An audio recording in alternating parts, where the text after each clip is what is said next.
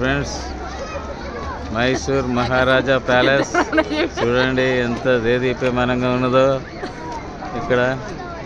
ఓ very nice. చూడండి పైన మీకు కనబడుతుంటుంది, జూమ్ చేస్తున్నా, దానిలో ఒక రెడ్ లైట్ ఉంటుంది. ఆ రెడ్ లైట్ ఉంటే రాజుగారు లేనట్టు అన్నమాట.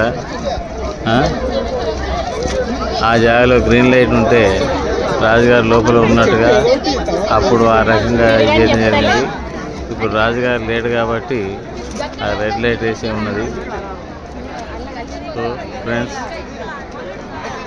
మైసూర్ మహారాజు యొక్క వంశీకులు ఇదే ప్యాలెస్ వెనుక వైపు వాళ్ళ స్వగృహాలలో కూడా ఉంటారు. వాళ్ళు ఇక్కడే నివసిస్తుంటారు. ఈ ప్యాలెస్ మా తాతగారు ఆస్తని కోర్టులో కేసు కూడా వేసి నడుస్తున్నది ఇప్పుడు.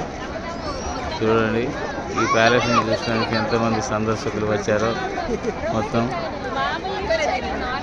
ఇది మెయిన్ గేట్ అన్నమాట ప్యాలెస్కి ఫ్రంట్ సైడు. తర్వాత ఇది వచ్చేసేసి ప్యాలెస్ లెఫ్ట్ సైడ్ ఉండే మరో గేటు.